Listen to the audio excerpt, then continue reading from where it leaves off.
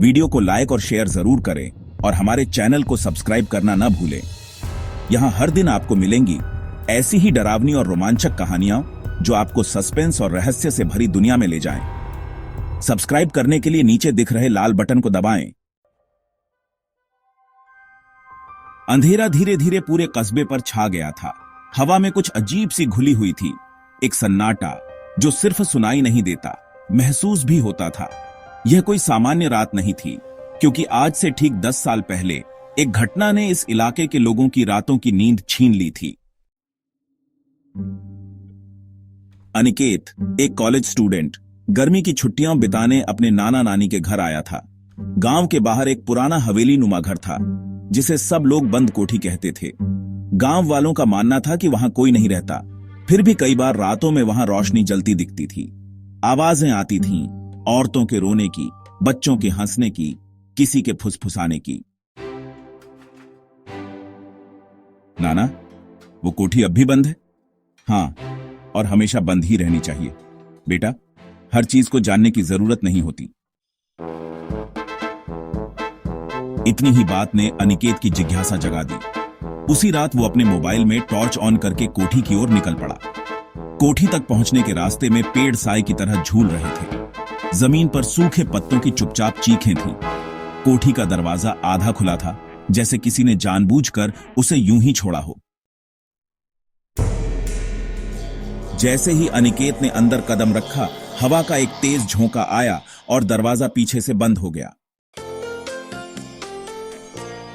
अंदर चारों तरफ धूल जमी हुई थी। फर्नीचर उल्टे पड़े थे, लेकिन दीवारों पर किसी ने हाल ही में लाल रंग से कुछ लिखा था, वो अभी यहीं है। अनिकेत ने डर को नजरअंदाज करते हुए आगे कदम बढ़ाया। मोबाइल की टॉर्च में एक सीढ़ी नजर आई जो ऊपर की ओर जाती थी।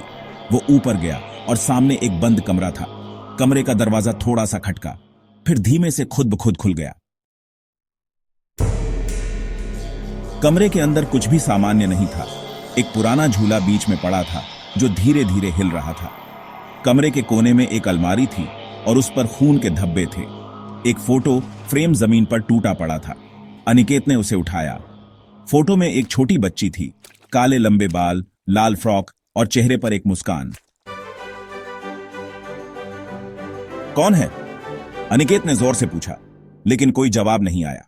उसी वक्त उसके पीछे से किसी ने फुसफुसाया, तुम आ गए, बहुत देर कर दी।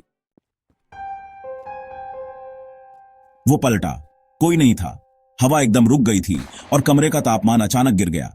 फिर झूले पर कोई बैठा दिखा, वही बच्ची, लेकिन उसका चेहरा अब वैसा नहीं था। वो मुड़ चुका था, आंखें लाल थीं और उसकी मुस्कान डरावनी थी।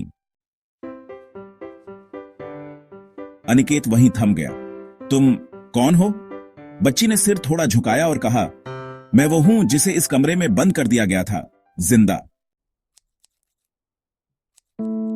अनिकेत की सांस रुकने लगी। उसके गले से आवाज नहीं निकल रही थी। मुझे कोई नहीं सुनता था, सबने मुझे भुला दिया। अब मैं सबको अपनी कहानी सुनाऊंगी।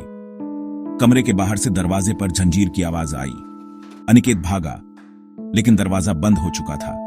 अलमारी अपने आप खुली और उससे निकली आवाज बोली, अब तुम मेरे साथ रहोगे। अनिकेत जोर से चिल्लाया, लेकिन उसकी आवाज उसी कमरे में गूंज कर रह गई। अगले दिन गांव में अफवाह फैल गई कि कोठी से किसी लड़के के चीखने की आवाजें आई थीं। पुलिस ने जांच की, लेकिन अंदर कोई नहीं था। बस एक नया फोटो फ्रेम दीवार पर लटका हुआ मिला, जिसमें एक बच्ची और उसके बगल में एक लड़का मुस्कुरा रहा था। गांव वालों ने फिर कभी उस कोठी की तरफ नहीं देखा। और अनिकेत, उसकी कहानी भी उसी दीवार का हिस्सा बन गई। वीडियो को लाइक और शेयर जरूर करें और हमारे चैनल को सब्सक्राइब करना ना भूलें। यहां हर दिन आपको मिलेंगी ऐसी ही डरावनी और रोमांचक कहानियां जो आपको सस्पेंस और रहस्य से भरी दुनिया में ले जाएं। सब्सक्राइब करने के लिए नीचे दिख रहे लाल बटन को दबाएं।